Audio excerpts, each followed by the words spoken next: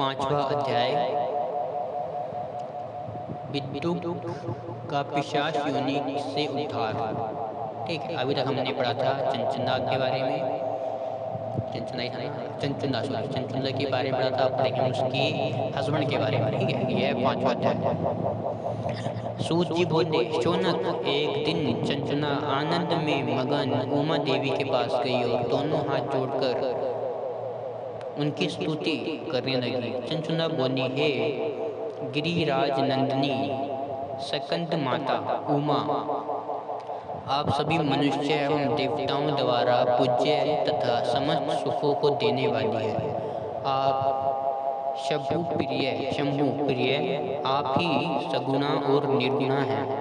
हे सच्चिदानंदन स्वरूप रूपिणी, आप ही प्रकृति की पोषक है। हे माता, आप ही संसार की दृष्टि पालन और संहार करने वाली है। आप ही ब्रह्मा विष्णु और महेश को उत्तम प्रतिष्ठा देने वाली परम शक्ति है।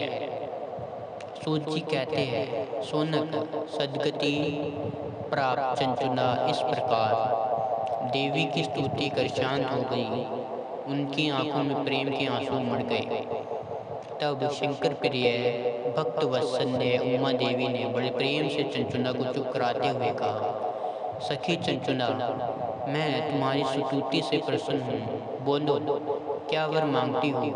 चंचुना बोली, हे गिरिराज कुमारी, मेरे पति विदुम इस समय कहाँ हैं? उनकी कैसे गति हुई, मुझे बताइए, और कुछ ऐसा उपाय कीजिए ताकि हम फिर से मिल सकें।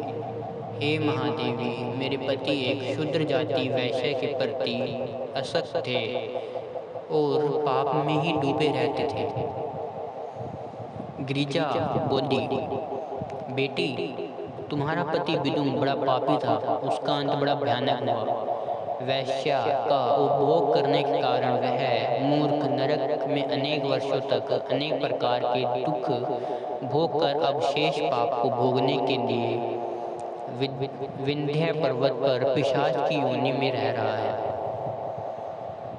वह दुष्ट वहीं वायु पीकर रहता है और सब प्रकार के कष्ट सहता है। सूत जी ने कहा, शौनक,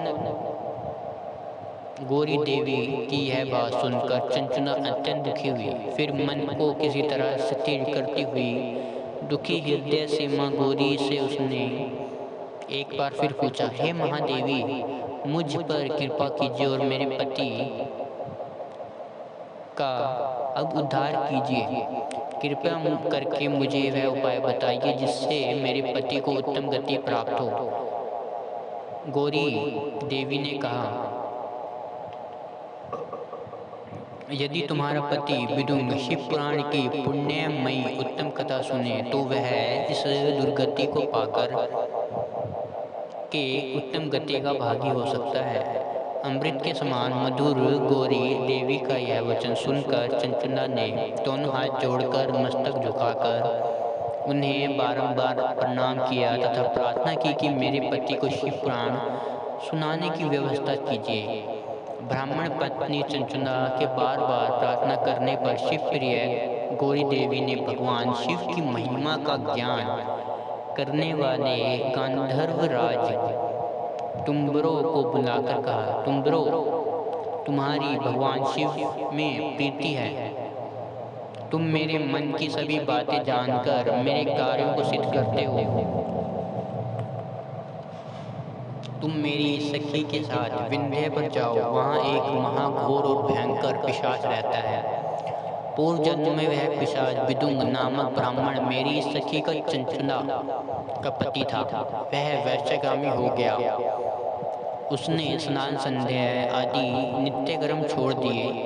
क्रोध के कारण उसकी बुद्धि भ्रष्ट हो गई। दुर्जनों से उसकी मित्रता तथा सज्जनों से द्वेष बढ़ गया।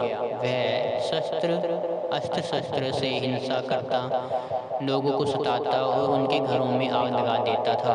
चंडालों से दोस्ती करता था, रोज वैश्या के पास जाता था। पत्नी को त्याग कर दुष्ट लोगों से दोस्ती कर उन्हीं के संपर्क में रहता था। वह मृत्यु तक दुराचार में फंसा रहा। मृत्यु के बाद उसे पापियों के भोग स्थान यमपुर में ले गया। वहाँ घोर नरकों को सहकर इस समय वह विंध्य पर्वत पर पिशाच बनकर रह रहा है और पापों का फल भोग रहा है। तुम उसके सामने परम पुण्यमयी पापों का नाश करने वाली शिव पुराण की दिव्य कथा का प्रवचन करो। इस कथा को सुनने से उसका हृदय सभी पापों से मुक्त होकर शुद्ध हो जाएगा और वह प्रेत योनि से मुक्त हो जाएगा। दुर्गति से मुक्त होने पर उस विदुम नामक पिशाच को विमान पर बिठाकर तुम शिव भगवान के पास ले आना। सूत जी कहते हैं, शौनक, माँ उमा का उपदेश पाकर गांधर्व राज तुम्बरो प्रसन्नता पूर्वक अपने भाग्य की सराहना करते हुए चंचुना के साथ विमान से पिशाच के निवास स्थान विंध्य पर्वत पर गए। वहां पहुंचकर उसने उस विकराल आकृति वाले पिशाच को देखा। उसका शरीर विशाल था, उसकी ठोड़ी बड़ी थी। वह कभी हंसता, कभी रोता, कभी उछलता। महाबली तुम्बरों ने विदुम नामक पिशाच को पाशों में बांध लिया। उसके पश्चात तुम्बरों ने शिव पुराण की कथा पाचने के लिए स्थान तलाश कर मंडप की रचना की। शीघ्र ही इस बात का पता लोगों को चल गया कि एक पिशाच के उद्धार हेतु देवी पार्वती की आज्ञा से तुम्बरो शिव पुराण की अमृत कथा सुनाने विंध्य पर्वत पर आया है। उस कथा को सुनने के लोभ से बहुत से देव ऋषि वहां पहुंच गए। सभी को आदर पूर्वक स्थान दिया गया। पिशाच विदुम को पाशों में बांधकर आसन पर बिठाया गया और तब तुम्बरो ने परम उत्तम शिव पुराण की अमृत कथा का गान शुरू किया। गाना शुरू करा। उसने पहली विदेश्वर संहिता से लेकर 7वीं वायु संहिता तक शिव पुराण की कथा का स्पष्ट वर्णन किया। पहली विदेश्वर, ठीक है, 7वां संहिता ओम सहित शिव पुराण को सुनकर सभी श्रोता कृतज्ञ हो गए। परम पुण्य में शिव पुराण को सुनकर पिशाच सभी पापों से मुक्त हो गए और उसने पिशाच शरीर का त्याग कर दिया। शीघ्र ही उसका रूप दिव्य हो गया। उसका शरीर गौर वर्ण का हो गया। शरीर पर श्वेत वस्त्र एवं पुरुषों के आभूषण आ गए। इस प्रकार दिव्य देहधारी होकर विदुम अपनी पत्नी चंचुना के साथ स्वयं भी भगवान शिव का गुणगान करने लगा। उसे इस दिव्य रूप में देखकर सभी को बहुत आश्चर्य हुआ। उसका मन परम आनंद से परिपूर्ण हो गया। सभी भगवान महेश्वर के अद्भुत चरित्र को सुनकर कृतज्ञ हुए। उनका यशोगान करते हुए अपने अपने धाम को चले गए। विदुम अपनी पत्नी चंचुना के साथ विमान में बैठकर शिवपुरी की ओर चल दिया। महेश्वर के गुणों का ज्ञान करते हुए विदुम अपनी पत्नी चंचुना व तुम्बरों के साथ शीघ्र ही शिवधाम पहुंच गए। शिव भगवान जी व देवी पार्वती जी ने उसे अपना पार्षद बना दिया। दोनों पति पत्नी सुखपूर्वक भगवान महेश्वर एवं देवगौरी के श्री चरणों में अविचल निवास पाकर धन्य हो गए। तो ये था 5वां पार्ट, ठीक है। अगले में मिलेंगे हम, जिसमें हम पढ़ेंगे शिव पुराण के श्रवण की विधि कि किस तरह से सुनना चाहिए, ठीक है।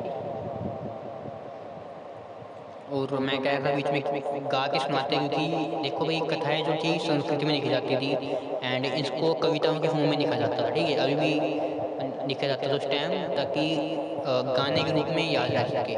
तो यही आज का फैक्ट समझ सकते हो तुम इसको, क्योंकि गाने हमें अच्छी तरह याद रहते हैं कंपैरिजन टू कोई भी पैसेज या वैसे, ठीक है। गाने में अगर हम कोई बात याद करते हैं तो हमें ज़्यादा देर तक याद रहती है और सही से याद रहती है, ठीक है। कंटिन्यूस में ऐसे तो गा के सुनाई जाती थी कथाएँ, तब गा के ही पढ़ाया जाता था स्कूलों में, जहाँ पे भी, ठीक है। आपको मिलते हैं अगली वीडियो में। वीडियो अच्छी लगी हो सब्सक्राइब करनी है, लाइक करनी है, शेयर कमेंट करना है, कर सकते हो। सब्सक्राइब और लाइक तो जरूर करना है क्योंकि वो तुम्हारे हाथ में अभी है।